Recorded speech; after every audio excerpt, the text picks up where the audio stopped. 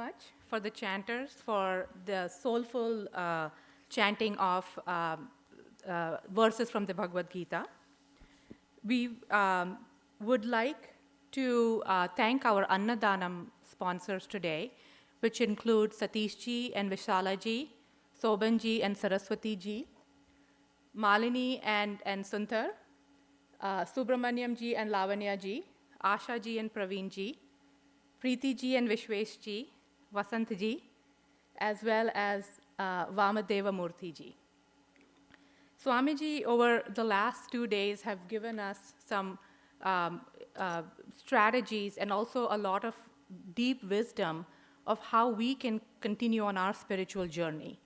One very important point that Swamiji mentioned that kind of stuck with me was this idea of Satsanga.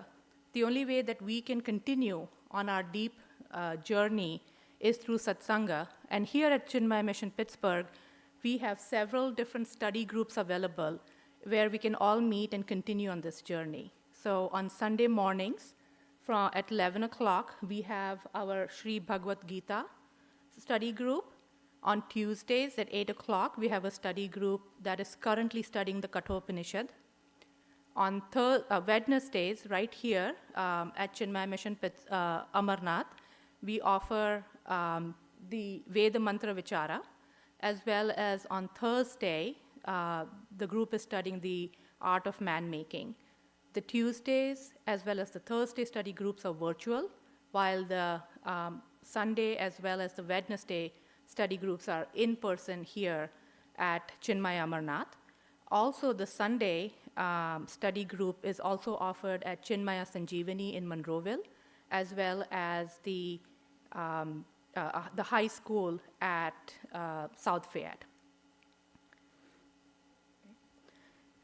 As we are learning every day and we're getting more and more wisdom, I wanted to introduce the idea of Guru Dakshina. And Guru Dakshina is a very deeply held sacred significance in Sanatana Dharma.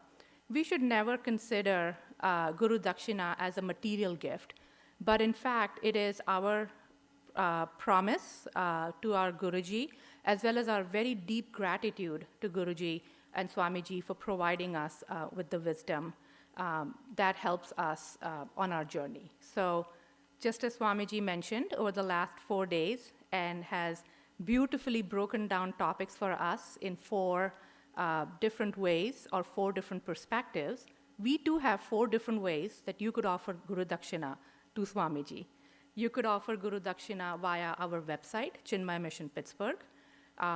As you enter the temple or as you exit the auditorium, you'll see kiosks on your right. You could offer Guru Dakshina through kiosks or through check or as well as cash. If you need envelopes for Guru Dakshina for your checks or cash, please feel free to see any of the volunteers and they would be happy to provide you with that. We also wanted, before Swamiji starts the lecture today, we also wanted to remind everybody to please silence your cell phones so that we can, there is no interruption as Swamiji pravachan. So thank you very much for your attention, and I would please like to humbly invite Swamiji on stage. Thank you.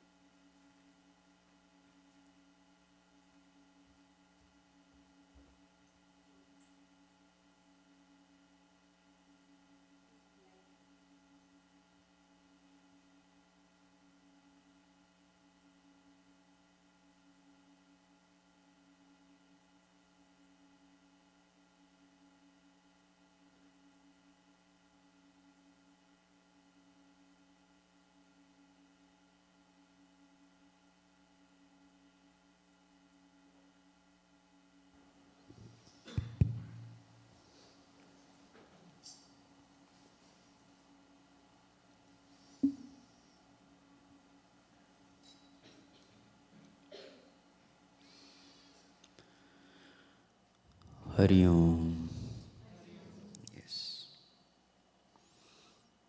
We have 1 minute.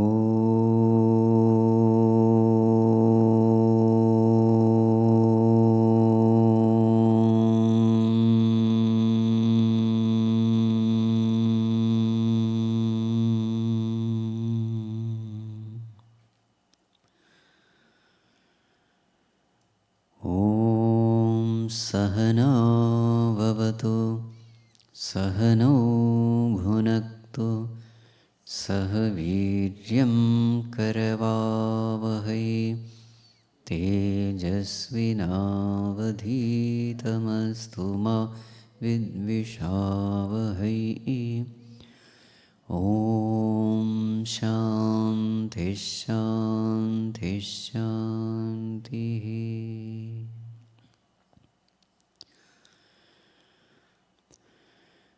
Jaya Devi Sharade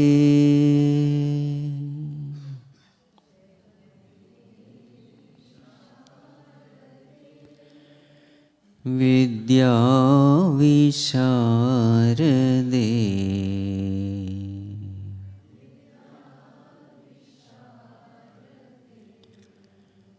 Jaya Devi Sharade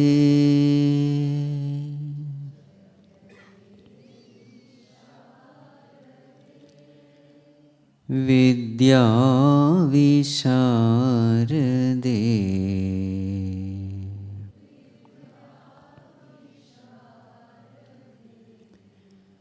Vidya Buddhi Prade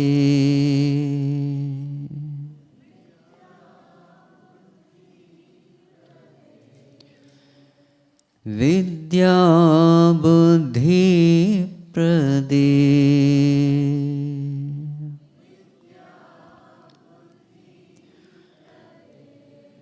Varade Shubhade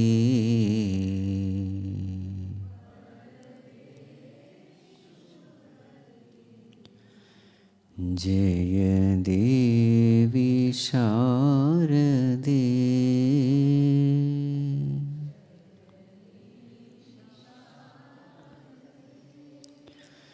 Shrungara Rupini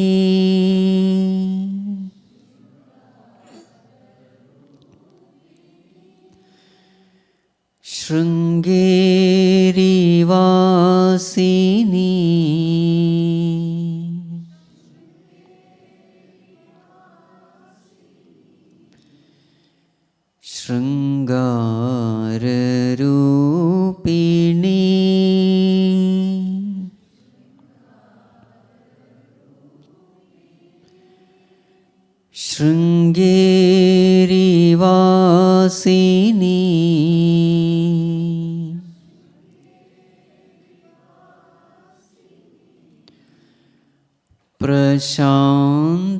प्रशान्तवदने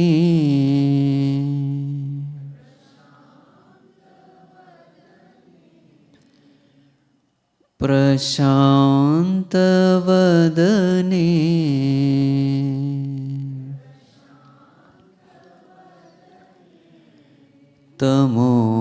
तमोहारि वरदे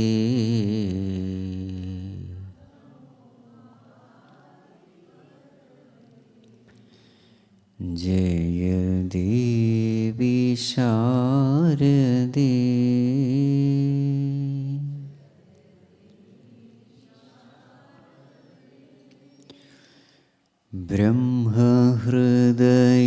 ब्रह्महृदयेश्वरी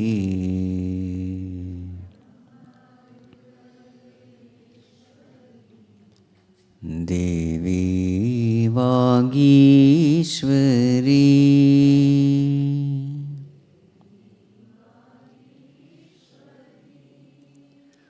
पाहि परमेश्वरी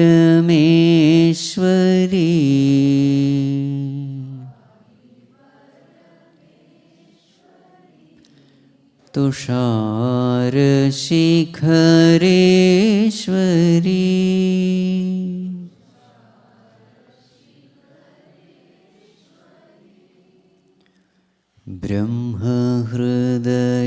ब्रह्महृदयेश्वरी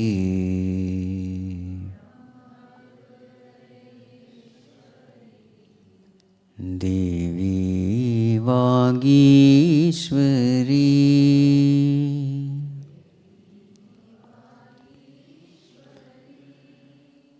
पाहि परमेश्वरी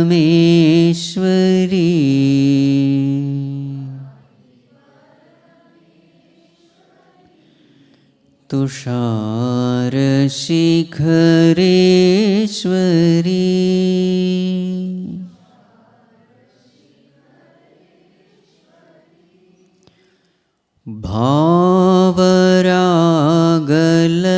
भावरागलयताळ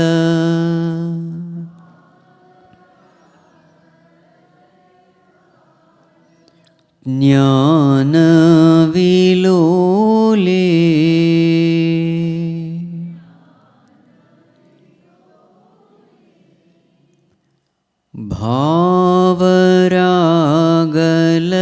भावरागलयताळ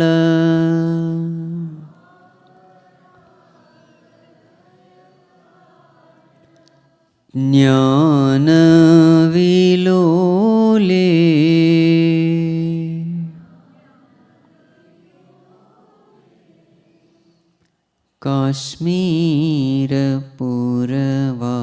काश्मीरपुरवासिनी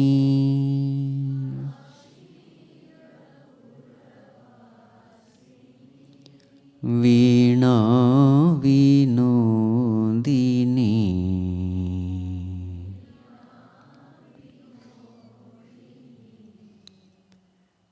जय देवी शारदे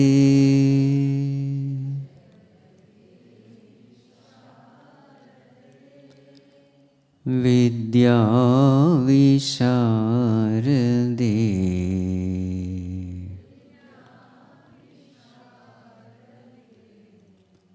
विद्या बुद्धि प्रदे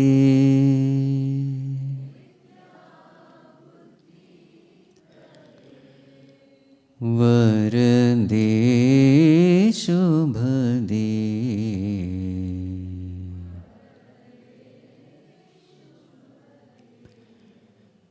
जय देवी शारदे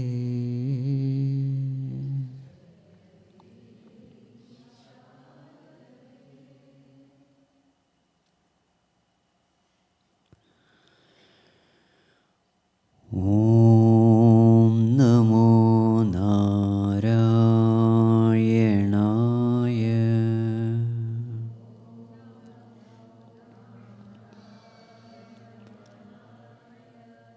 ॐ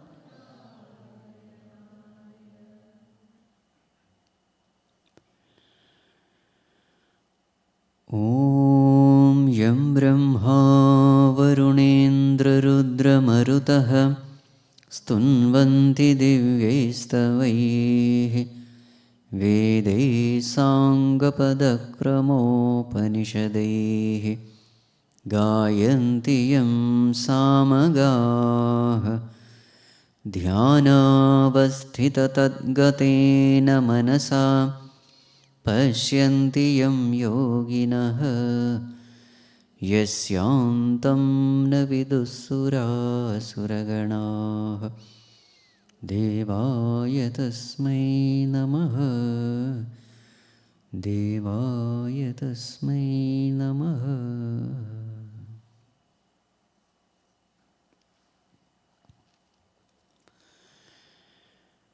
Humble prostrations to one and all present here.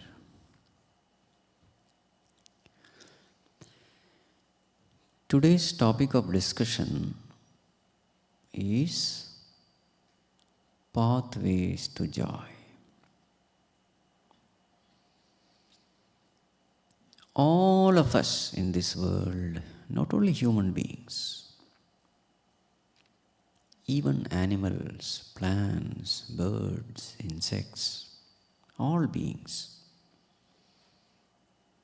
What are we searching for in life? All of us are searching for happiness. You call it happiness, joy, peace, contentment, bliss, whatever you may call. Everybody is in search of happiness. What kind of happiness? Infinite happiness for infinite period of time. I want more and more happiness, and that happiness should remain with me as long as possible. This is the search that is going on.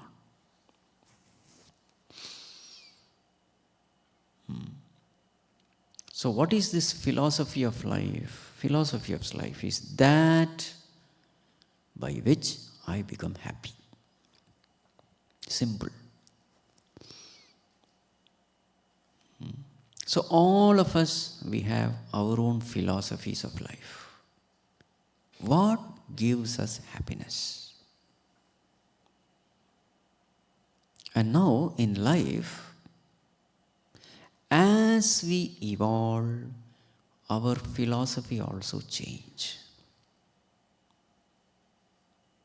It is impossible that throughout life that person is stuck with one philosophy. Not possible.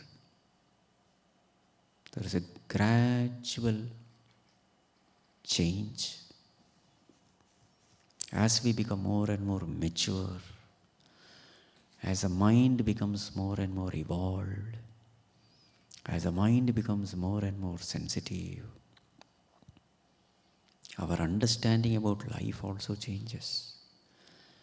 As our understanding about life changes, our philosophy of life also changes. Philosophy change means what? Now, I have a better way to gain a deeper happiness. So we are all in journey, and we are all at different stages of this journey. So now we are going to discuss the journey of a Jivatma. This path, this journey. Journey from ignorance to knowledge.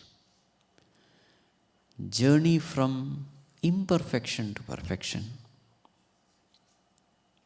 Journey from misery to bliss. Journey from the little I to capital I. Journey from Jiva Bhava to Brahma Bhava. We are all in a journey. So this journey is what we are going to discuss now. Based on the 14th chapter, what is this journey? Journey from tamas to rajas, journey from Rajas to Sattva, and journey beyond Sattva. So this is our journey. Tamas to Rajas to Sattva, Trigunatita. So this is what we are going to discuss today.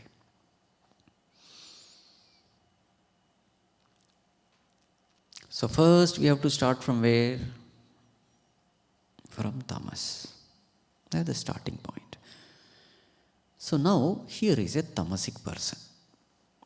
So what is his philosophy of life? Remember, we make our philosophy by analysis of our life's experiences. We analyze life and then we come to certain conclusions which are called as philosophy. Tamasic person is a very lazy person. But how did he become lazy? He saw and he observed in his own life. What did he observe? Whenever I work, I get tired. And when I don't work, I am happy. Isn't it true? It is true. You see, there is a joy of worklessness. Yes or no? There is a joy of rest. There is a joy of relaxation. Some people come to Satsang only for that. Swamiji puts us to sleep. Very nice Satsang, Swamiji. I'm refreshed. Anyway, you see, there is a joy. There is a pain in taking responsibility. There is a joy in being irresponsible. Yes or no? When there is no responsibility, there is a joy. When there is a responsibility, there is a sleepless night also sometimes. So, no responsibility is happiness. Sleep is the first preference, but all the day I cannot sleep, unfortunately. So therefore, after sleep comes idling away the time, resting. Carelessness also gives happiness. Being careful, there is a pain. What is the pain? Concentration of the mind is a pain. Whenever you have to concentrate, there is effort involved. Mind cannot wander here and there. Freedom of mind is restricted. Whenever freedom is restricted, there is pain. So carelessness, lethargy, rest, not taking any responsibility, just lying down without doing anything. This is his philosophy of happiness. So what is H? Happiness equal to? How did he come to his conclusion? He came with his own analysis. Maybe that analysis is not deep, but it is with his own experience, life's experience, that he comes to this conclusion that no work is happiness. So now, whatever your philosophy is, your life will reflect it. So how will this philosophy reflect in his life? You just go to his home. Everything will be in a mess. He will be he will not get up early. He will get up late. Because what is his first preference? Sleep. What will I do getting up early? Anyway, I don't have to do anything. Sleep as much as possible. Even if there is no sleep, lie down in the bed as much as possible. Bed will be in a mess. Yes, no interest in folding the bed sheet, etc. A big heap of cloth will be lying in one corner for washing. Tomorrow I will do. Not today. I don't have any mood. The coffee cups will be on the other side, stinking, never washed. Bathroom is in a mess. Room is a mess. Things are lying there, here and there. Kitchen is total mess. What is that called? Sink is full of plates. Cooking also he doesn't like. He will order if at all he has money. You see, as much as possible, no work. And generally he will be addicted to mobile phones. Because easy pleasure. Without any effort I should get pleasure. Yes, watch some useless things. You see, for the rock to fall down, no effort is necessary. If you want to push the rock on the top of the mountain, effort is there. For falling, there is no effort. Watching some movies like that, it's just falling. No effort is necessary. So this is the way a tamasic person will spend his time. He just doesn't know what to do with time. And that is why these terms, killing time, etc. has come. Killing time, I don't want time. Kill it. I don't know what to do with time. If I can get easy pleasure, then yes, time is well utilized. This is a tamasic person. Now, Mother Nature will never allow a person to get stuck in a particular state. Mother Nature is designed like that. Just like the womb is designed to push the child out at the right time. After 9 months, the child has no place. The child has no right to occupy the womb. The womb, it's called as prasuti vayu in Sanskrit. That wind of delivery, it will push the child out. In the same way, Mother Nature is designed to push every jivatma out of the samsara. Even if you want to remain in this world, Mother Nature will not allow. So now, this person has to be pushed. Where? From the tamas to rajas, rajas to sattva. So now this fellow is not working. He doesn't want to work. So what did the Mother Nature do? She put 2 urges in him. What are the 2 urges? Hunger and thirst. Now when the stomach is hungry, can you remain quiet? You can't ignore it. It's a very strong urge. Food you need. And nobody gives you food for free. You have to work. Money is needed. Money nobody gives you free. His dream is, I should be a son or a daughter of a rich person. So that I don't have to do anything. But Mother Nature will not put such a person in such an environment. You see, he will have to work. Hunger is there, money is needed, so he will work. Now what kind of work he will turn out? Shabbily he will work. Lazily he will work. His quality of work will be of very low category. Such people in our scriptures are called Shudras. Shudra is not a caste. It is a state of mind. They don't want to work.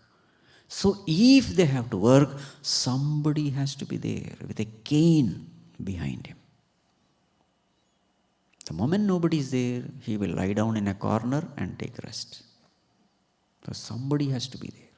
A manager has to be there. Again and again, hey, this is not right. Do this way. No, not that. This way.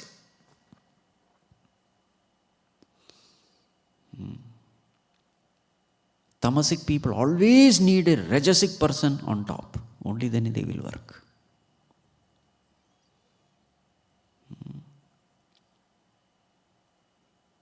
So this person works. That is how he is slowly pushed from his tamas. Little of rajas is put. And whenever he gets little money, he will again take rest. He will spend that money. When nothing is there, again he will work. He doesn't have a vision. Whatever money comes, finish it then and there, that day itself. He will not say, oh, tomorrow what will I do? No.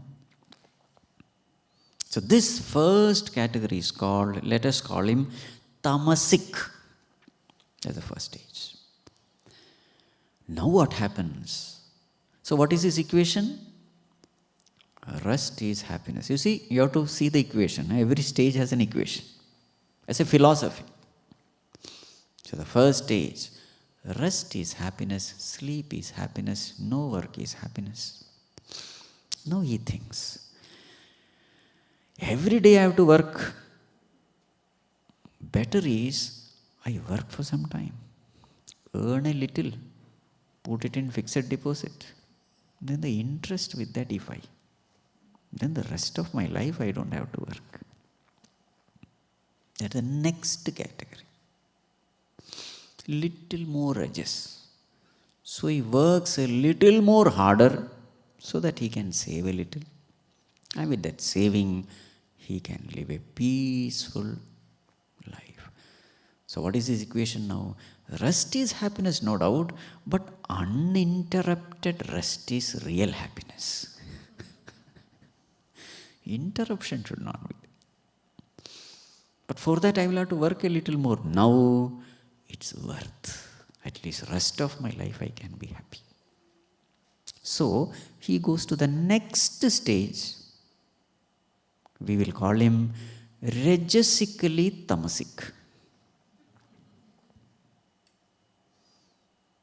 Rajasically tamasic means what? 25% rajas, 75% tamas. Little rajas has come. Now he is working little more. So what is his equation now? Uninterrupted rest is happiness.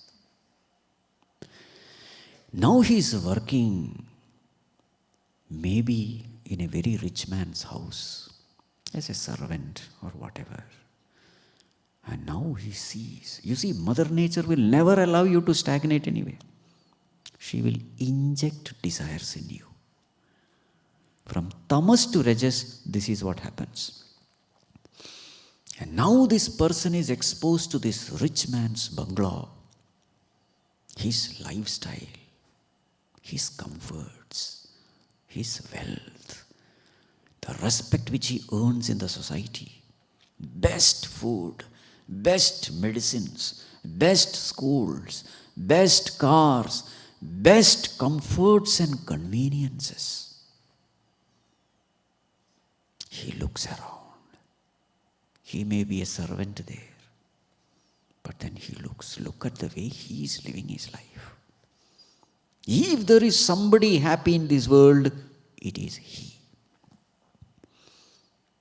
But where is this happiness coming from? Wealth. So really speaking, true happy person is the one who has money. A moneyed person, wealthy person can escape from any problem. He has power. He has influence. He has respect. He can get anything in this world. Everything best is at his service. So therefore, what is his equation now? He goes to the next level slowly. What is his equation? Money is happiness. Money is happiness. Now once this philosophy he starts believing in, what kind of lifestyle his will be? By hook or crook, earn money. by hook or crook, earn money. Now to earn money, you have to work hard. More and more of rajas. Now he goes to the next stage, the third stage. What is the third stage? Tamasically rajasic. Tamasically rajasic means what? Tamas 25%, rajas 75%. Now he is active in the world. He doesn't care how the money is going to come. Money has to come. He does all illegal things, all immoral things, wrong things, enters into corruption, because it doesn't matter how the money comes, money has to come. All kinds of wrong things he is involved. Somehow I should become rich. This is the only desire. Now there is another cosmic law.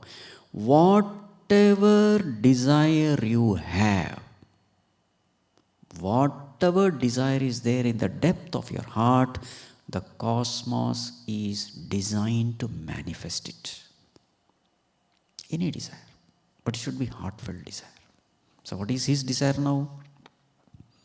I want to make money. The cosmos will arrange such an environment where he becomes stinkingly rich. You see, this is not in one birth, in many births. One birth, nothing is going to happen. Slowly, slowly, slowly. Maybe in that house, as a servant in that rich man's house, with this desire, he dies. So that last desire is, if only I had become wealthy. But he dies. Next birth will be in such a way, because what is the propelling force for the next birth? This unfulfilled desire.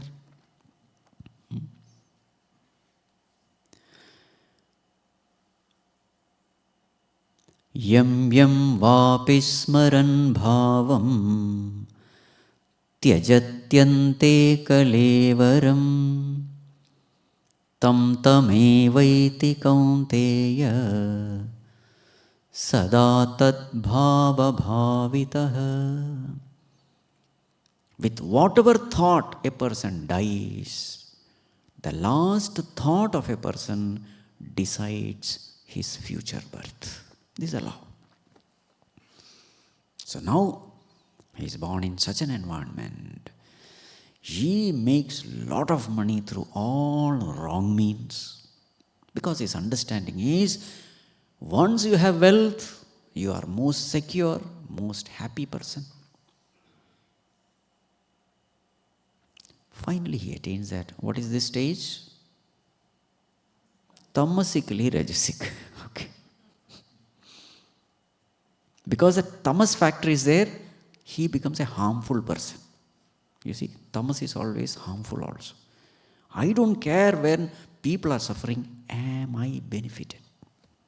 So he becomes selfishly harmful. That is the tamasic element.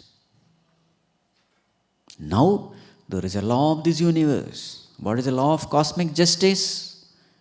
As you sow, so shall you reap.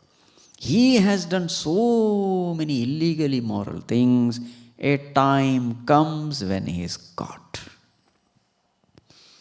The entire judiciary is against him. The police is chasing him. The court punishes him. There is a legal battle. But all the proofs, evidence, everything is against him. He is caught, put behind bars. This has to happen, because that's a law. As you sow, so shall you reap. His mind is filled with revenge, anger, because so many wrong things he has done. So in the process, he has created so many enemies also. You see, heart is filled with hatred, revenge, jealousy, anger. And now he is put behind bars. In the prison, he is all alone. His name has been ruined. Once upon a time, he was a very famous person. Every newspaper would carry his name.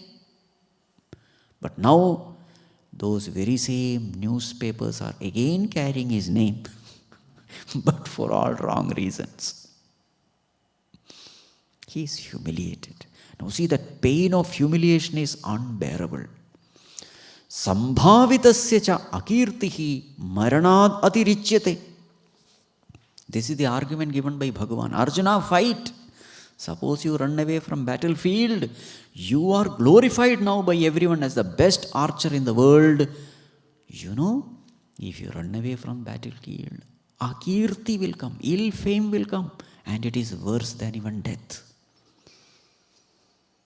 Humiliation for a person who has been respected in the society, for such a person, humiliation is even worse than death. It's very painful. Now, he is in the jail. His name has been tarnished. His own near and dear ones, friends, everybody, they have abandoned him. They don't want to associate with him. Earlier, they craved to associate. The very same people now, they completely isolate him. He is miserable. In the jail, so many years, he is rotting there. But one good thing is, he is alone. Slowly, as the mind settles, he is reflecting. Remember, whenever there is suffering, mind enters into the mode of introspection. Yesterday we saw that cycle, you must remember. Where did I go wrong? Why am I miserable? Then the mind understands. It's all because I did wrong things. If I had not done wrong things, there is no reason. It is all because of my greed, because of which I deviated from all righteous ways. That is why I am suffering. He corrects his equation. What was the earlier equation?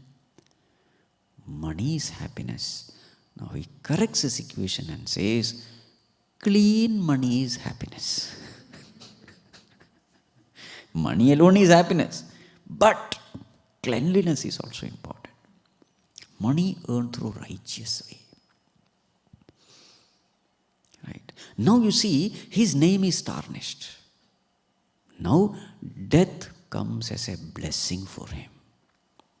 Because after that, you can't live in the society. Once your name is gone, it is gone forever in that lifespan. Everybody will say, see, you know this person, you might have done 100,000 good things, but if one bad thing if you have done, rest of your life you will have to hear only this. You know this person? You see, in cricket, famous cricket stars, they even became the captain of the country. Famous for various techniques, batting style, bowling style. The moment they were caught in match fixing, the fixing was not even proved. Allegation. And to prove that the allegation is wrong, it will take years. By then, your name is gone. The moment you take that sports star's name, what comes in mind? This person. Not about how many centuries he scored, how many records he has broken. No. What comes in the mind? Match fixing. You see? So now, for such a person, death comes as a blessing. But remember, whatever lessons we have learned, nothing is forgotten. It remains with us. It remains as a samskara. In the Sukshma Sharira, it is there. Sthula Sharira is gone. Next birth.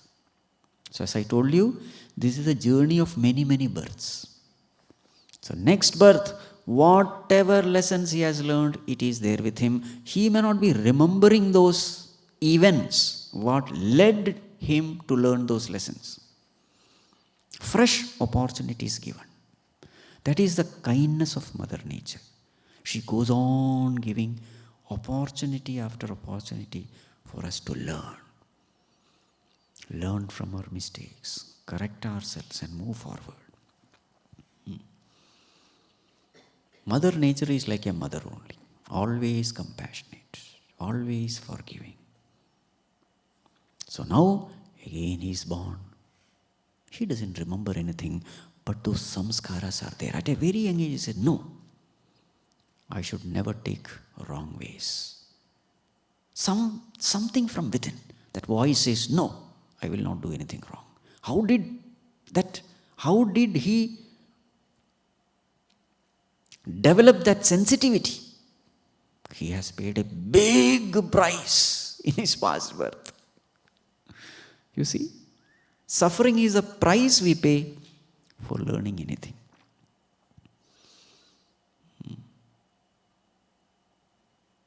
So now he works hard because that creative ability, hard work, everything is there. Now what is his new equation? Hard work is happiness, clean money is happiness. So now he evolves to become Rajasic. The next state. Rajasic person. Very hard working. Not compromising with any ideas. Clean. Naturally such a person becomes very, very successful. Earns lot of money. Earns good respect in the society. People respect him, revere him because he's a man of values. Suppose he's a businessman, he brings out quality products. Thus, again, he becomes very rich. Now, again I say, Mother Nature will not allow that person to settle because that is not final. Lot of money, family, everybody is doing good. Children are wonderful. They are also successful. Wife is successful. Family is successful. Enough money. But there is no happiness. He finds that there is something lacking. When he looks in the society, he finds there are very many people who are not very rich. They are poor also. But there is so much of joy of the heart. He finds that joy is missing. What is that I am lacking? I have everything with me. Money is there, respect is there, everybody bows down to me. From the worldly standards, I have everything, but still something is missing. He doesn't know what he is missing. Every time you will find Mother Nature will create that environment by which he is introduced to his next level of evolution. So then, one day when he was sitting there, his friend comes. Hey, what's your plan today? He is found very sad. What happened? You look very sad. What happened? I don't know. Okay. So his friend said, come on, I'll take you to a place. So he takes his friend to an orphanage. You see, so there were so many children, handicapped, mentally retarded. Parents are not there, suffering from various disease. Nobody there to love them. You know, when he sees all this, he feels very sad. Then his friend says, hey, you have so much of money. Why don't you give something for them? Your money can help. These children will get food. He gives a big sum. For him, it is a small sum. But for that orphanage, it's a big amount. He writes it. Persuaded by his friend. And that night when he was lying down, he finds that there is an inexplicable joy which is feeling in his heart. He thinks, why is it that, what have I done this day? There is a joy. Then he goes back to, yes, this one act, that act is giving me that joy.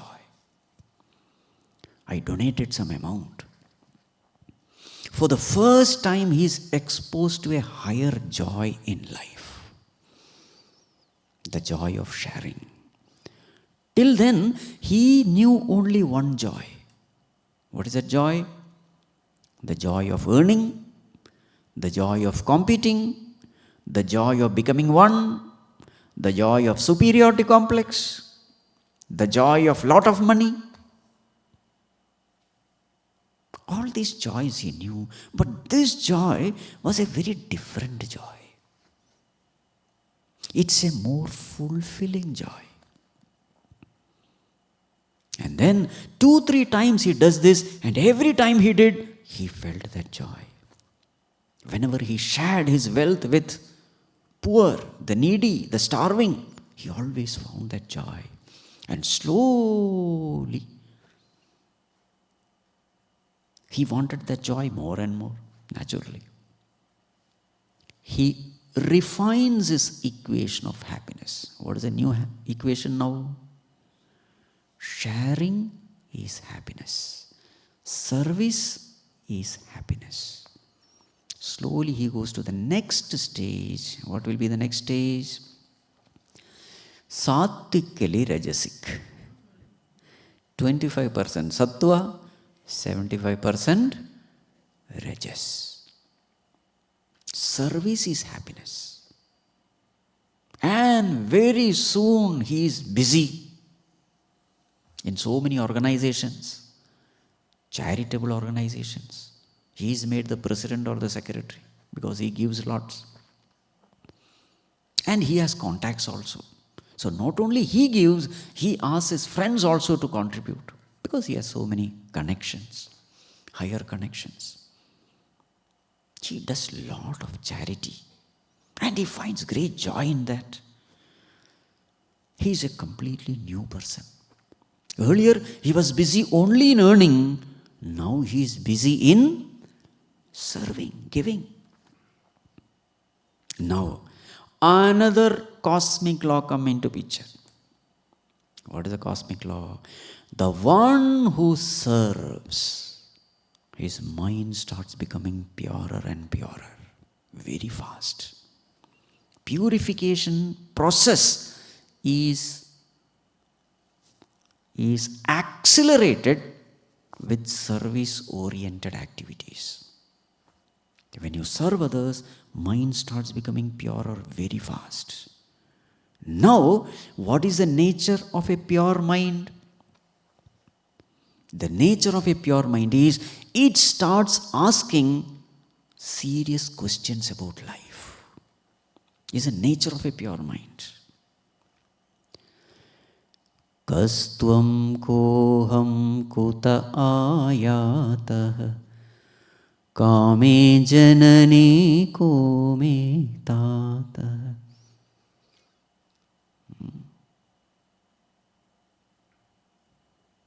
Who am I? Where have I come from? What is the purpose of life?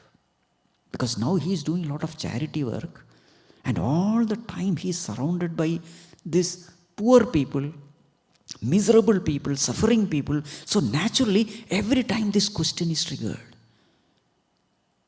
Why there is so much of suffering in life? If there is a God, why did he create such a terrible world?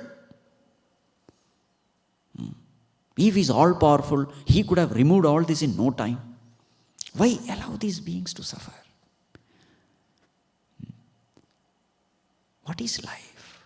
What is the purpose of life? Where have I come from? Where will I go? What is death? These questions starts bothering him. Because every time he is seeing these miserable people around. These questions are there, but he never gets a satisfactory answer. So these questions were just lying down in him. One day, as he walks by some temple, suddenly he sees a banner. talks on Bhagavad Gita or some scripture. Suddenly a pull comes from within. Hey, let me see what it is. There are 100,000 people parking. They don't care. But this person, he gets hooked. Why? These questions are there. And he wants a convincing answer. He did not find anywhere. These questions are there in him. He doesn't know where to find these answers. Mother Nature has to provide these answers. She has to create an environment. And then as he is walking, he sees this banner. Spiritual talks. Anyway, casually he goes there. Let me see what they say. Sits at the back somewhere. And then as he listens to these talks, very many of these questions which we had, he was getting very convincing answers. And these convincing answers slowly starts developing the interest in spirituality in him. He becomes more and more, and I want to know more. Because many more questions are there. He starts becoming regular in attending these talks, in getting his confusions clear. And as these doubts are going away, his mind also feels more and more free from confusion, full of clarity. Slowly he goes into the next stage. What is the next stage? What is the next state? Satvikally Rajasic is over. Next is Rajasikally Satvik. 25% Rajas, 75% Sattva. Through these talks he comes to know a great truth. What is the truth? The purpose of life is to attain Him. The purpose of life is to know one's own true nature. In this world, I am not here to change others, transform others. I am here to change myself. All suffering is only because of my own wrong, selfish, sinful deeds of the past. It makes so much of sense. Slowly he becomes a karma yogi. Rajasically Sattvic means what? Karma yogi. He continues his service activity but with a difference. Earlier he was doing service, now he starts doing selfless service. There's a difference. What is the difference? When I give money in the charity, it is with the feeling that, see, because of me, so many people are benefited. Out of my compassion, my kindness, I am serving so many people. The world should be thankful to me. This is called a service. I expect recognition, awards, rewards for my philanthropic nature. You see, I love being recognized in front of a big audience. That is called a service. I want people to know that I am a charitable person. In fact, even in my charity, I expect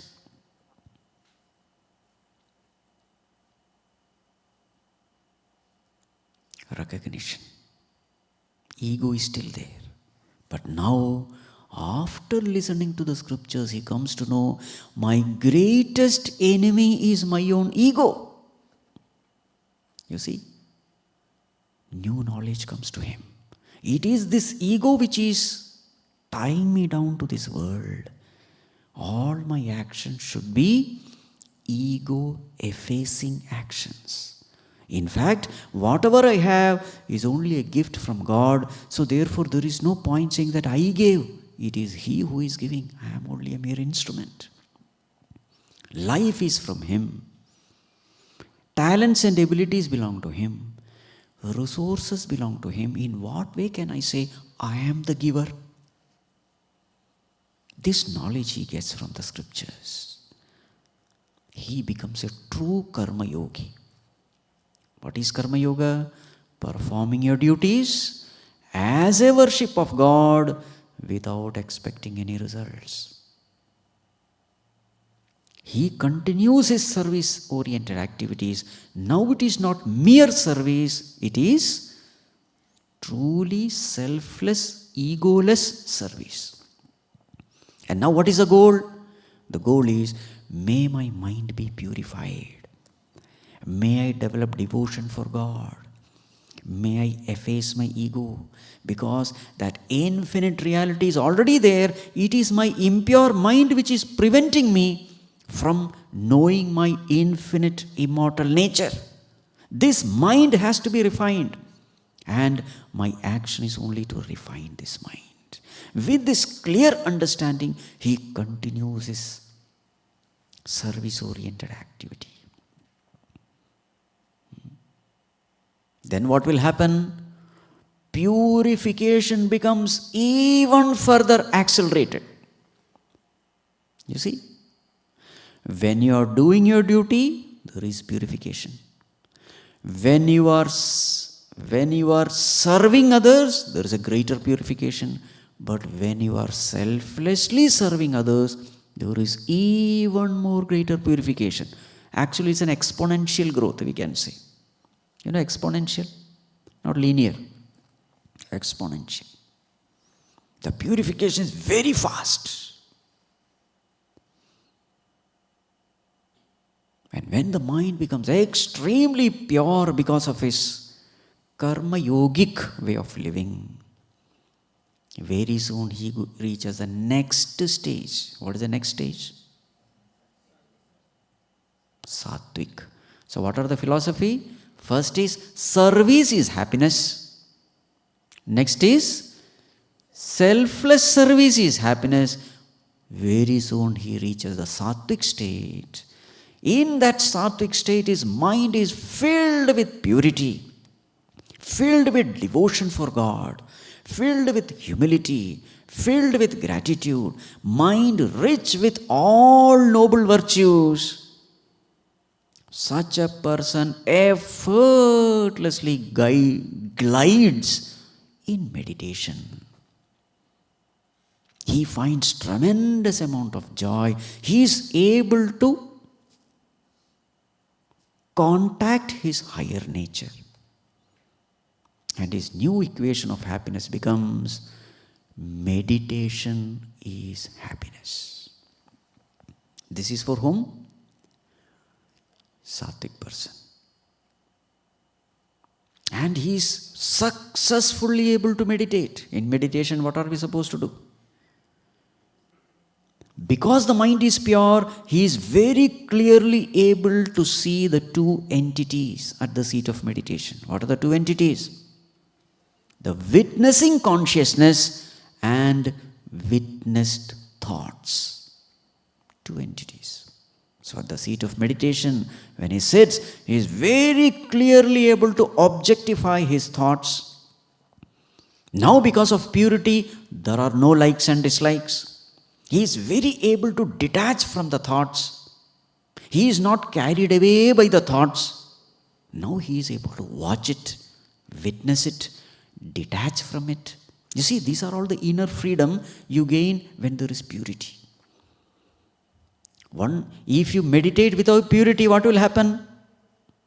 Either you will go to sleep in meditation, laya, or vikshepa. At the seat of meditation, thoughts are there, get carried away. Karmendriyani sanyamya yaaste manasasmaran indriyarthan vimudhatma mithyachara sauchyate. This is how karma yoga begins. Lokesmin dvividha nishtha pura prokta maya nagha Jnana yogena sankhyanam karma yogena yogina. Arjuna, in this world I have given two paths. One is the path for the beginner, the other is the path for the advanced. For the beginners, I have given the path of karma yoga, and for the advanced people, I have given the path of meditation, of knowledge. So, first take up the beginner's path, then take up the path of advanced. Meditation is for the advanced, karma yoga is for the beginners. But suppose, bypassing karma yoga, you directly enter into meditation, what will happen? You will sit in meditation, mind will not be under your control, mind will wander, and you also will wander along with the mind. No meditation will happen. You will meditate upon the sense objects, not meditate upon God. Because mind is filled with likes and dislikes. These likes and dislikes will drag you out from your spiritual center, and it will take you into the whirlpools of likes and dislikes. You see, this is what will happen. You will have absolutely no control at the seat of meditation. You will have no control over your mind. Mind will drag you. What are you supposed to do at the seat of meditation?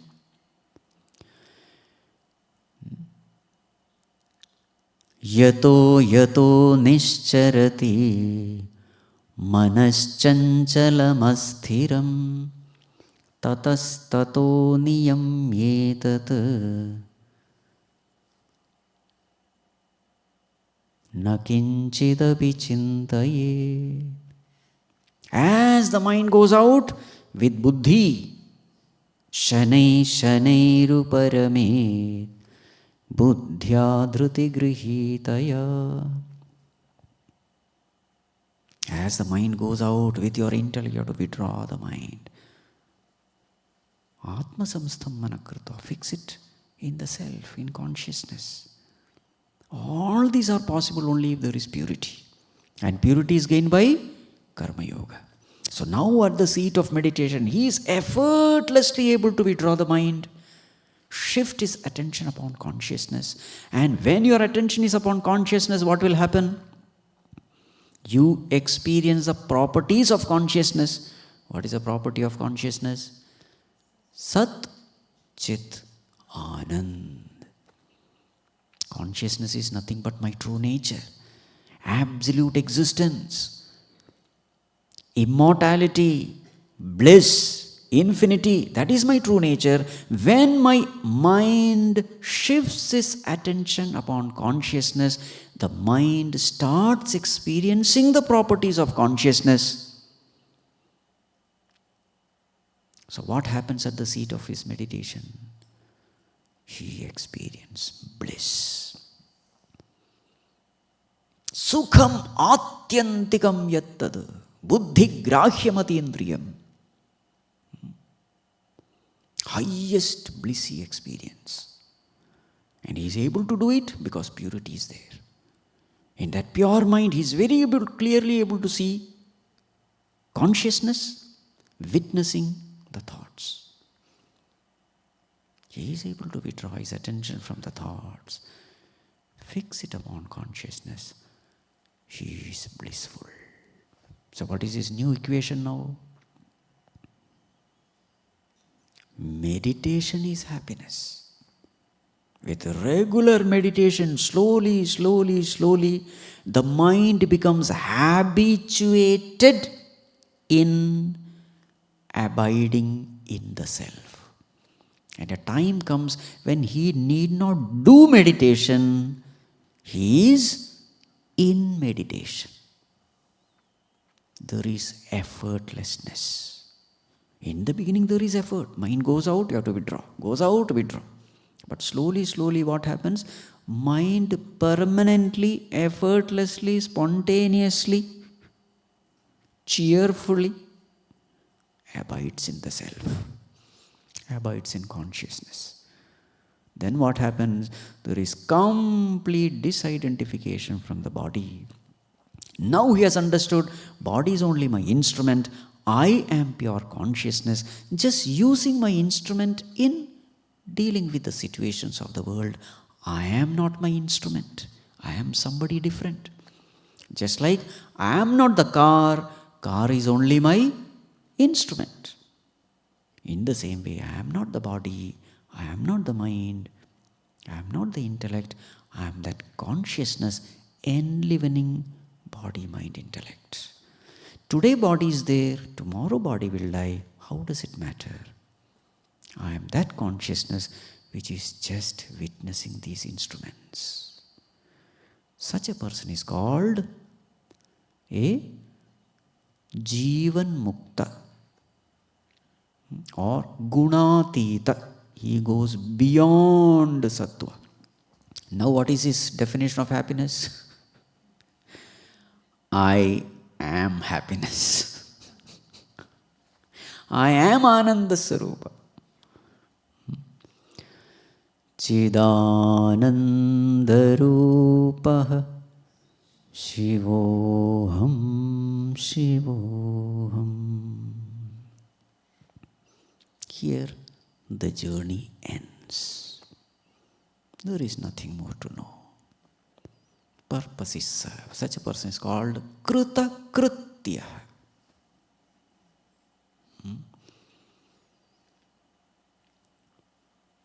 Krutyam Krutam Yasya Saha. The one who has done what he is supposed to do in life. The purpose is to know oneself. The purpose is to know that I am infinite bliss. He has known it. He is liberated. You see the journey? From tamas to rajas to sattva, and finally, like the pole vaulter. Pole is the mind. So what does the pole vaulter do? Run fast, and as the pole straightens up, climb the pole. What is climbing the pole? Tamas, rajas, sattva. And finally what? Drop the pole. Drop the mind. How do you drop the mind? Witnessing the mind. Manasam tu kim margane krite naiva manasam. Mind itself is not there. When mind is not there, where is the question of the world? Remember yesterday, Paramarthika level.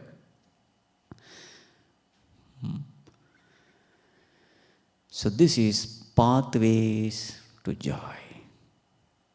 You see how our philosophy changed, understanding about life change in different.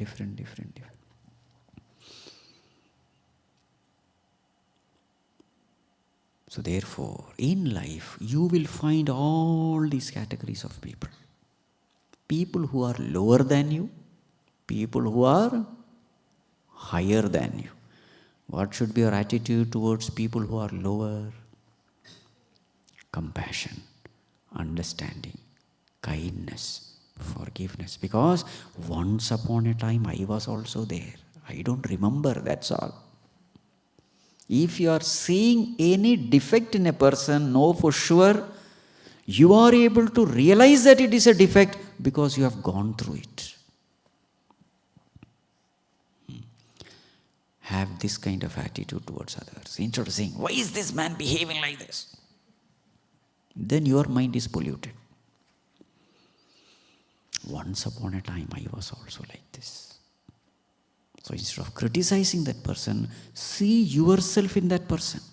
There was a time when I was also immature, insensitive, animalistic, extroverted, sensuous, selfish, and others tolerated me. So when you go higher, what you should do? Accept others as they are. They are also in a journey. A time will come and they will also become an enlightened Mahatma. Nobody has a choice. Mother Nature will push you out. Nobody has a choice. So this is the way we have to live. Okay, now we can have some questions.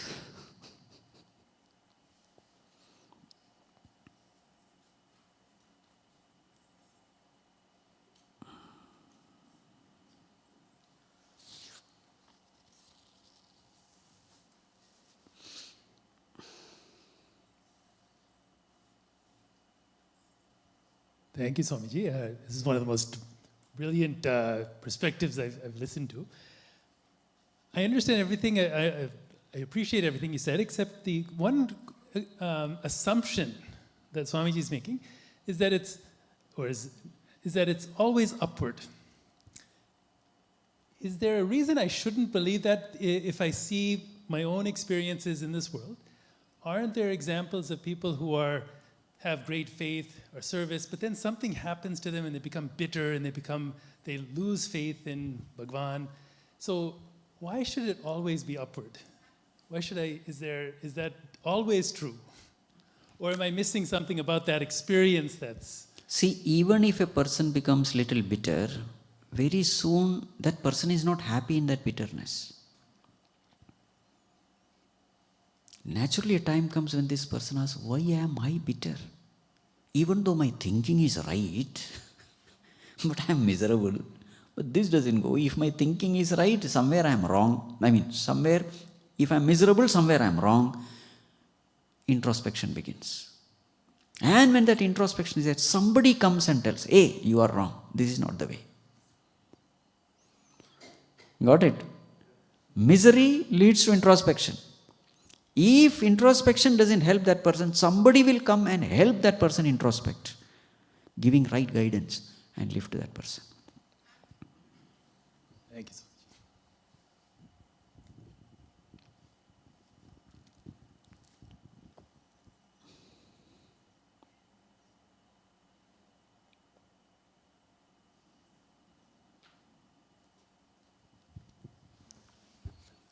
Namaste Swamiji, thank you again. The one thing, how do we use samsara or family? Again, I keep bringing up family again and again because I feel that that's the best opportunity I think God has given us to grow. And I think we can grow in this lifetime from tamasic to sattva or close to it. How do I use family to help myself grow? See, Grihasthashrama is very much emphasized in our scriptures. Brahmacharyashrama, keep the mic with you. Brahmacharyashrama, Grihasthashrama, after that, Vanaprastha, and then Sannyas. You see, there are so many things to learn in Grihasthashrama. One very important thing to learn is, see, I love my children, isn't it? I love my children unconditionally. I love my children infinitely. If this is true, how much God must be loving His children? Same relationship hold good. I give everything to my children, my wealth, my energy, my time, my talent. I want them to grow. I want them to be virtuous. I want them to be righteous. I expect them to be obedient. Yes or no? If this is what as a worldly father, worldly mother I have for my children, in the same way, the heavenly mother, heavenly father also have an expectation. You see, that is why we are made to go through this family drama. First, I become a child and receive love from my father and mother. Later on, I become a father and mother and then give love to my children. Both ways. Then slowly I understand that there is somebody who is loving me. Remember, worldly father is only an extension of heavenly father. Actually, worldly fathers are all duplicate. The original father is heavenly father. He is putting his love into the hearts of that father, because of which the father is able to love his child. It is not original love. It is a borrowed love. You see, this way when you start thinking, you come to know there is somebody who is taking care of me. My job is to obey him, listen to him. You see, that voice of conscience, it is his voice. Listen to that voice. To the extent you obey him, your progress becomes very fast. Tamas to rajas, rajas to very fast. To the extent you go off track, you ignore him, you get stuck. So family is very important in understanding this great truth. Grihasthashrama. And also, family is an opportunity where you can serve others. There is a sacrifice involved. A family cannot stay together if there is no sacrifice. There is a sacrifice involved. That value of sacrifice comes from, again, the limitations of life also we come to know when we are in Grihasthashrama. So this way, Grihasthashrama matures the mind, make the mind very mature in the spiritual path. Did I answer? Thank you, Swami.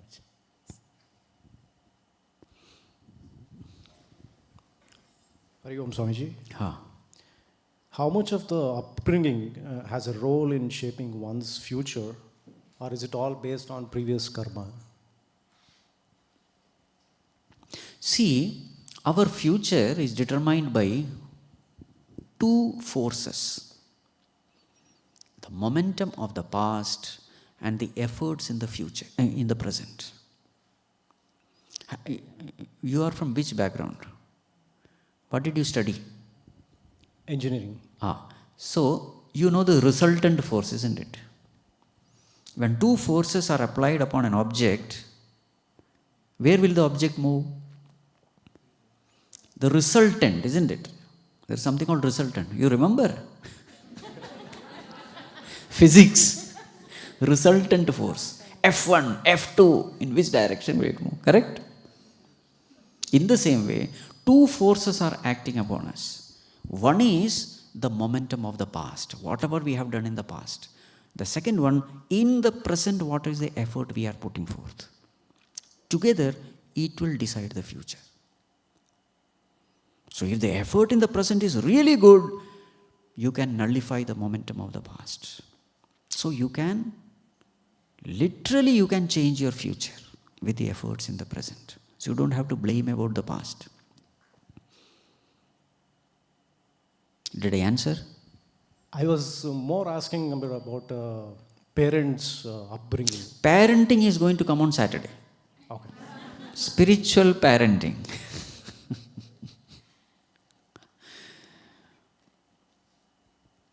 Hari Om Swamiji. This is about meditation. Suppose a person is not in sattvic phase, does he or she still able to do meditate successfully? And what do you advise to the people for meditating in non-sattvic state? Like, You want to be in tamas and meditate? Possible. no, I mean, yeah, but like. Without purification of mind, true meditation is not possible. See, there are so many other things you can do. Sit for meditation, watch your breath. Sit for meditation, take a deep breath and slowly release the breath and observe. You will find some peace, no doubt about it. But that is not true meditation. True meditation is abiding in consciousness. In meditation itself, there are so many levels. Yeah. So many gross meditation can be done. Like some form, you just imagine a form. For the beginners, this is what suggested by scriptures. Some Bhagwan's photo is there. You look at the photo, close your eyes, imagine that form. Some sound meditation can be done. Mantra meditation. Meditation means what? Paying attention to a sound. All these are possible. Lower levels, of course, and it will give some peace also, no doubt about it. But for higher, there is something called quality meditation.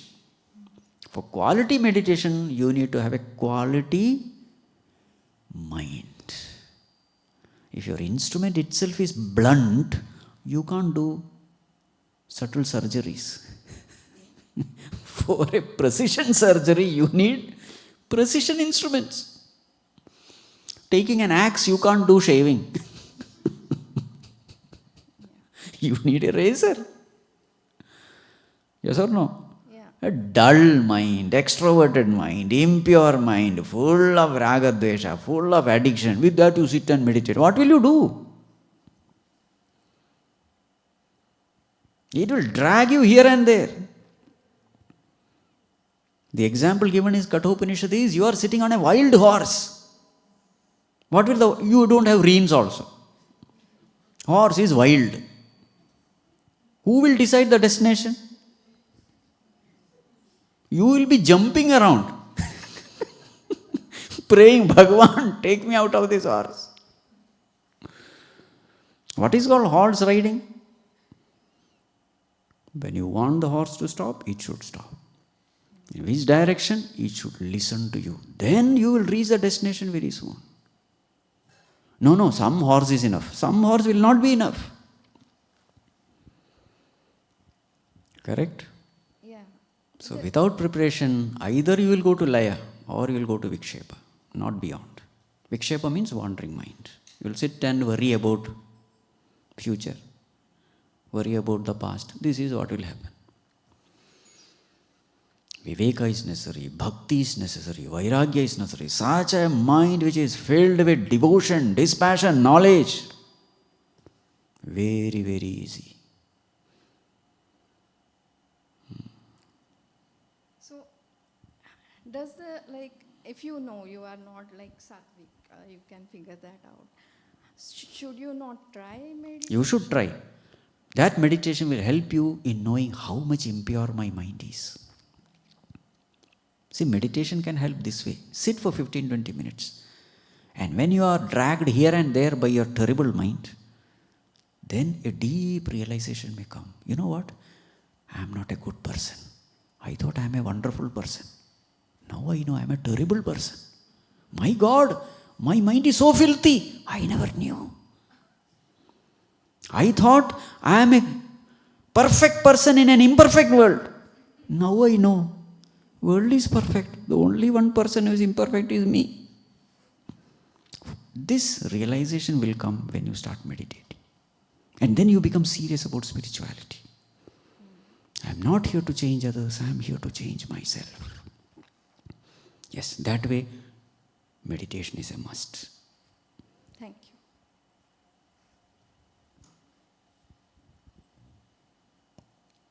Hari Om Swamiji, I have a quick question. So the meditation you're talking about towards the later stages, is that equivalent to Nididhyasana? Yes.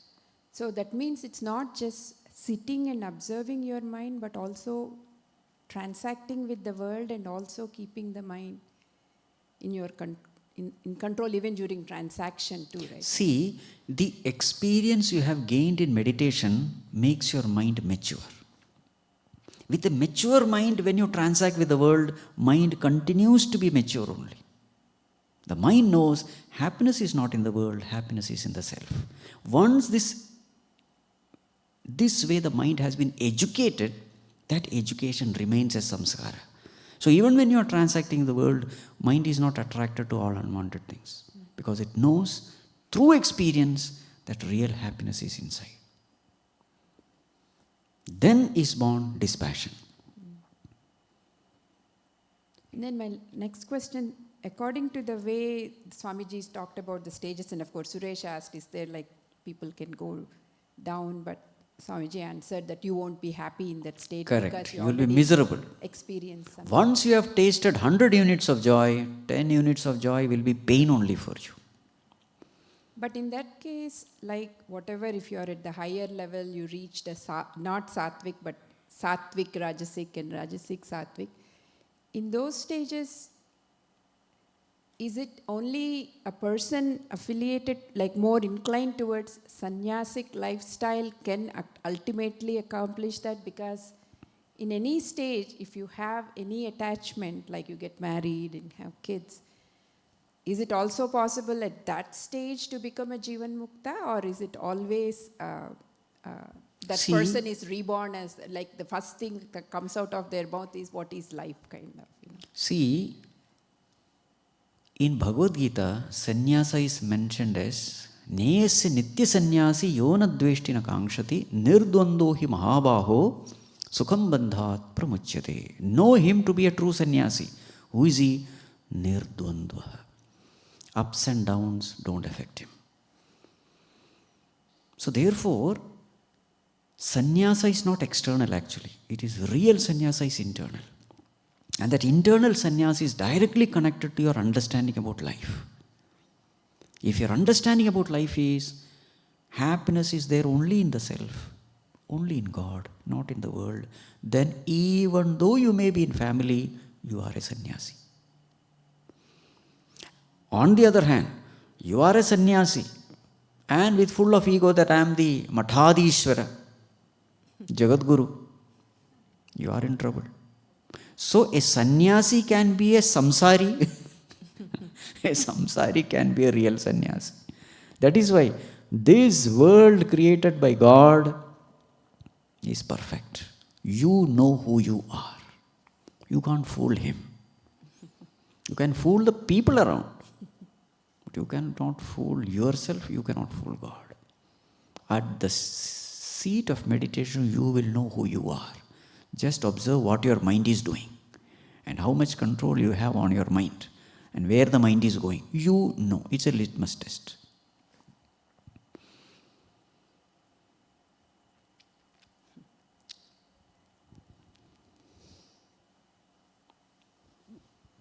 Hari Om Swamiji. In all these talks, the words we use is joy, peace, bliss. But we never talk about anger, sorrow, dejection. It seems to be like, it almost divide into raga and dvesha. We're only supposed to have the positive qualities, not normalizing the negative qualities we can have. So for an ignorant mind, what happens is it all feels like, oh, joy, and then when they seek the joy somewhere else, it becomes an addictive process, either the phone or any other substances or whatever we call. For a knowledgeable mind, obviously, it's not true. And in the same way, when you're so, deep into the sorrow, for an ignorant mind, that goes into depression and, way down. So when we see people with any issues, we understand, after learning a little bit, we understand mostly ignorance is the reason for all this at a mind. But when people are going through these struggles, which is real in this present day, world of depression or whatever is going on, how do you address these situations? You have to address the situation depending upon what kind of person he is. A tamasic person getting into depression, a rajasic person getting into depression, a sattvic person, the way you handle is different. A sattvic person, if he is in depression, knowledge is the way. Rajasic person getting into depression, service is the way. You see? There are different ways depending upon what that person is, what has been his background. You will have to deal with him. It is not the same solution for everyone. No. Should we also be normalizing to say it is okay to feel sad? No. No. It cannot be okay. Do you want to be sad or happy? But it also Do you want to be sad or happy? I want to be neutral, Swamiji. Don't tell lie. No. Don't tell lie. You want to be happy, you want to be infinitely happy, you want to be ever happy.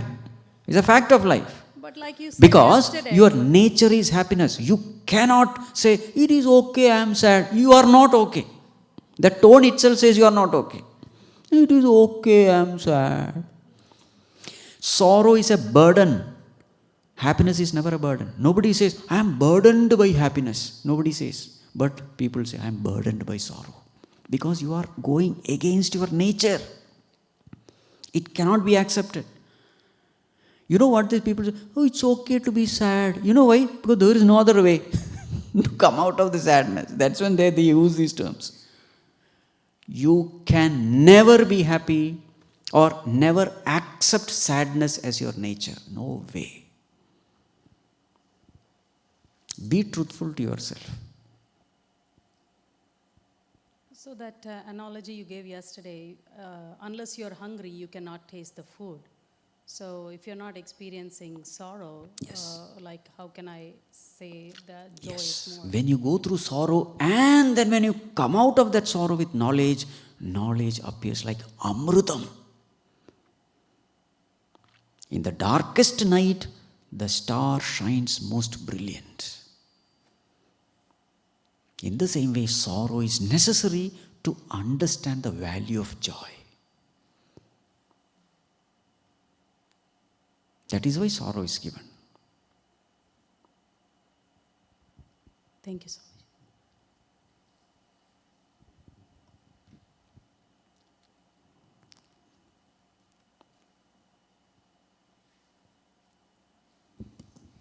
Pranam Swamiji. I had a question. When we were talking about Rajasikli, Sattvic, and then we transitioned to Sattvikli Rajasic, is that can there be a back and forth depending on your ragadveshas? Because there may be some situations which you overcome, but there may be still some which you are not there yet.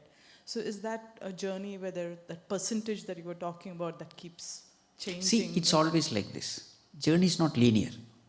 You go high, then you will become little careless, then you go down. Then again, you suffer. That suffering makes you alert, again you go up. Again you go down. You become careless. Every time you see, the moment you are happy, you become careless. Have you observed? Hrishtah drupyati druptah dharmam atikramati. Once you are full of joy, you swell in ego. You bloat in ego. You become careless. When you become careless, you cross your limits of righteousness. You start doing, you become unrighteous. When you become unrighteous, you fall. That fall gives sorrow. Sorrow, again, makes you alert. This is how it goes. You understood? Thank you, Swamiji. And I just had one more question. Yeah. The people, the sannyasis, obviously, they are sattvic and they reach the stage, and now they are they can witness their mind, and they are in that stage. So, before liberation, do they impart that knowledge to the people who are in that journey? Because now there is that opportunity for others to learn from them, or is you know what I'm saying? Is that what all the Swamijis and sannyasis are who impart knowledge to us?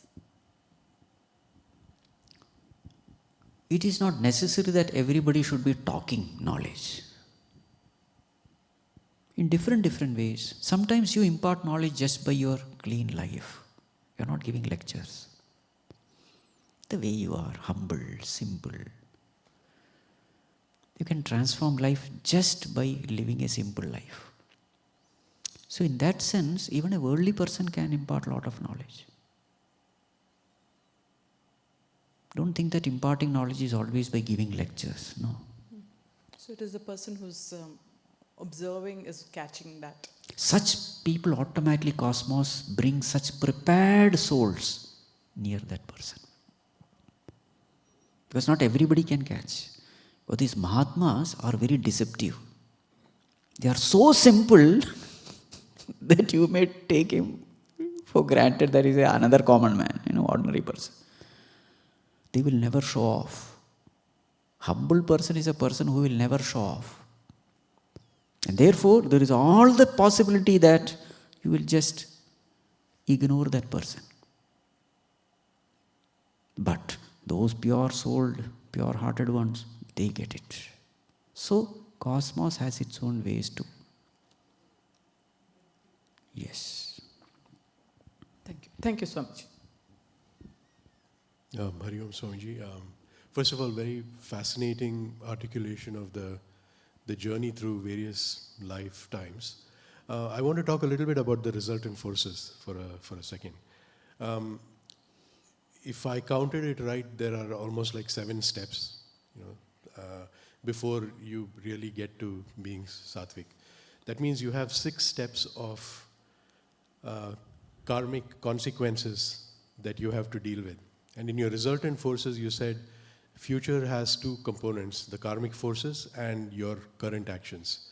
It feels like the current actions you do in one lifetime is not at all going to be enough to overcome the consequences of 6 different stages over multiple lifetimes. So what is then the role of like free will? How much of good actions are needed? It feels like the last stage takes maybe much, much longer than all the other stages put together. So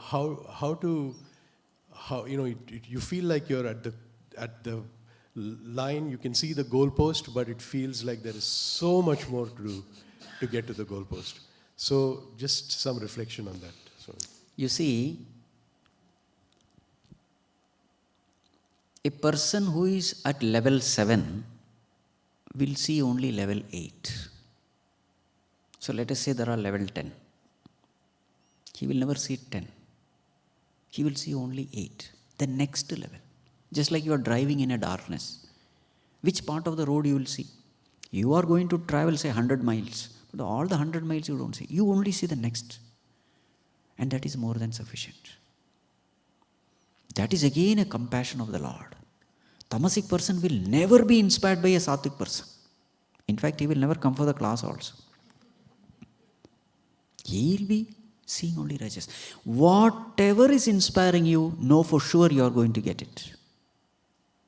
It's a law. If something is bothering, I must get it. Very soon you are going to get it. If that desire is heartfelt, it will never happen that tamasic person is desiring for moksha, but then he has to wait for so many years. It never happened. That desire itself won't come. But if there is an intense desire, know for sure that you are on the border. You are just knocking the door and very soon it is open. Many times what happens in satsang, we are charged up. The moment we go out, everything is gone. So can you keep up this desire? The cosmos is designed to fulfill the desire.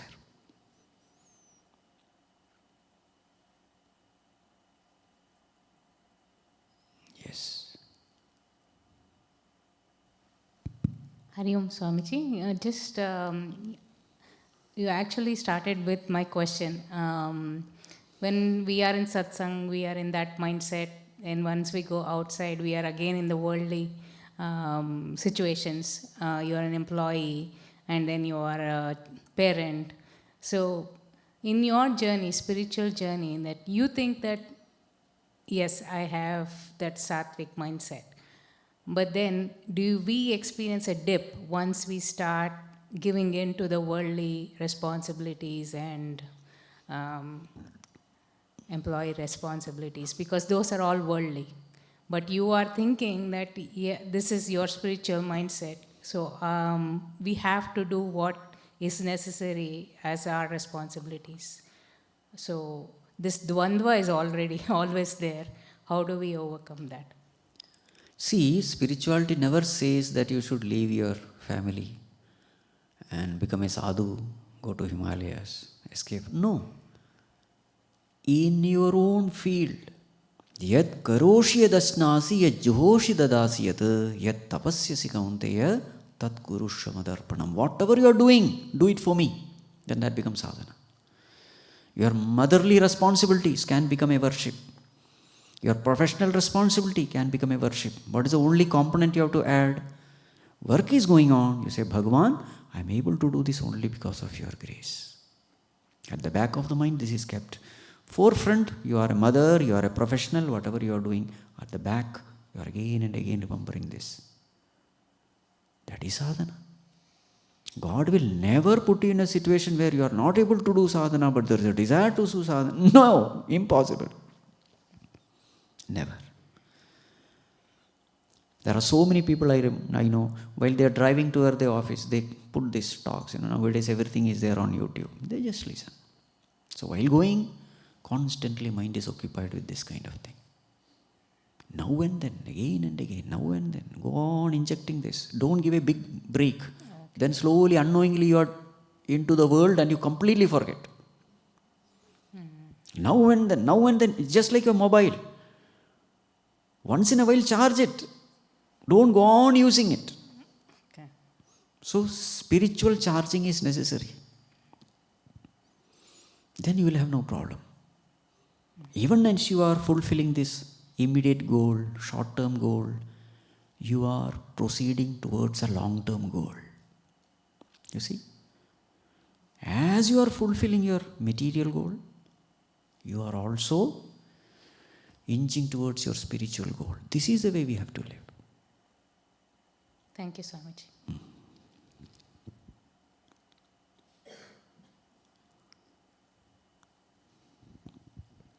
Namaste, Swamiji. Very insightful lectures and inputs, right? I can see certain things connecting dots, but there are more questions.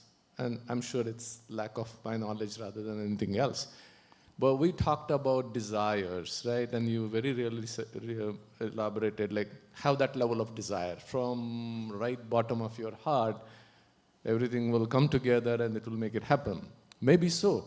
But on one side, we see that desires are the root cause of everything, right? So then, in last couple of lectures, I do see those kind of paradoxes, right? Correct. How do you reconcile that? See, there are certain desires which makes you desireless. Not sure about that. For example, when you lie down to sleep, what is the desire? Sleep. I must sleep. Is that desire against sleep? In fact, that desire takes you to sleep, and in the sleep, what happens to this desire? It is dropped. So there are certain desires which makes you desireless. Did you understand?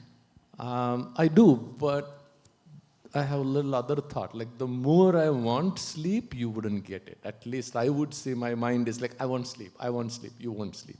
Okay, that's all right. I don't want Did sleep. you ever face that? I did, yes. Yes. You see, that is true. When you are anxious about something, you don't get it. Correct. Don't become anxious. You see, that was just one example. The practical thing is, the more and more you desire God, the more and more the worldly desires drop away. This is the real thing. Why the worldly desire drop away? Because the more and more you start experiencing God, what is the nature of God? Happiness, peace, contentment. Once you are happy, what happens to other desires? All desires are for happiness. Every desire is actually a desire for happiness. Once you are already happy, what happens to your desire? It drops. This is how the desire for God eats away all the other desires. Yesterday I gave the example of thorn. So many thorns are there. So what do? You take one thorn, remove all the thorns. What do you do with this thorn? Throw away. This is how the desire for God destroys all the desires, and then finally it drops by itself. But then one would need to know when to drop that, right? So when to drop what? The desire. See, what happens is, it just gets automatically dropped. Like, for example, a child is there with a balloon. Oh no, your mobile, let us say. Mobile. Oh. Now, if you snatch that mobile, the child will cry. So, as an intelligent father, what you should do? Keep a balloon there. Then the child's attention goes there. Unknowingly, the child has dropped the mobile. The child is not even aware, because that balloon is behind. You slowly take away them. In the same way, when the mind is attached to the lower, you try to take away the lower, it will create trouble. But you expose it to the higher joys of life. Joy of meditation, joy of selfless service, joy of seva, all those things, they're all higher joys, more fulfilling joys. Once the mind is exposed to the higher joy, it is no more interested in the lower. At present, the problem is, we are not exposing it to the higher joy. Mind is starved of happiness. The only little happiness it gets is from sense pleasure, and you try to stop it. it will revolt. Hold on to the higher, pull yourself up, leave the lower. That's how you climb the rope, isn't it? You don't leave the lower, then you will fall only. Hold on to the higher, leave the lower. Hold on to the higher, leave the lower. This is the way. Understood. Thank you so much. Right.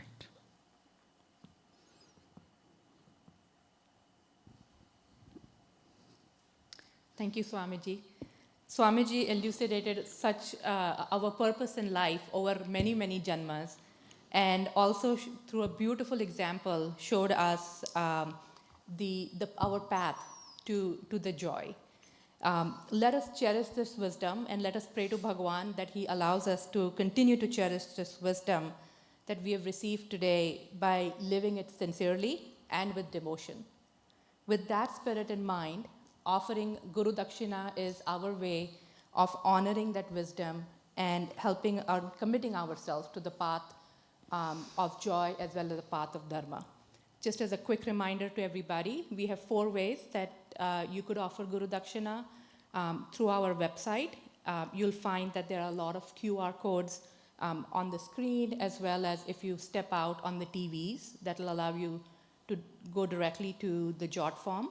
You can offer Guru Dakshina on our kiosks outside, as well as via check or cash. And we would be happy, if you need an envelope, we have those available too. Just a quick review of what's happening tomorrow as well as on Saturday. Tomorrow, Swamiji will give a discourse on mind matters. And then Saturday, he will be giving us a discourse on spiritual parenting. Both of those discourses will occur here at Chinmaya Amarnath. The schedule will be the same from 6 to 6:45. Please join us for dinner, followed by bhajans from 6:45 to 7. And then 7 to 8:30 is discourse by Swamiji, followed by question and answers. On Saturday morning at Chinmaya Sanjeevani in Monroeville, Swamiji will be offering a discourse on Sundarakand from the Tulsi Ramayan. That discourse starts at 10:30 a.m. to around noon and will then be followed by lunch. So please do try to join us. And then we do have Gita books available. As you step out of the auditorium and go towards the front door, they're on the table on your left. Please feel free to purchase a Gita book. You could purchase them at the kiosk and ask or request Swamiji to sign the books for you. And then finally, tomorrow lunch bhiksha for Swamiji is at the home of Sheila ji and Ganesh ji. If you would like to join the lunch bhiksha, please get in touch with them and they can give you further information. Thank you so much. Om Sarve Bhavantu Sukhinah Sarve Santu Niramayah Sarve Bhadrani Pashyantu Ma Kaschid Dukha Bhag Bhavet Asato Ma Sadgamaya Tamaso Ma Jyotirgamaya Mrityor Ma Amritam Gamaya Om Purnamadav Purnamidam Purnat Purnamudachyate Purnasya Purnamadaya Purnamevavashishyate Om Shanti Shanti Shanti Harihi Om Shri Gurubhyo Namaha Harihi Om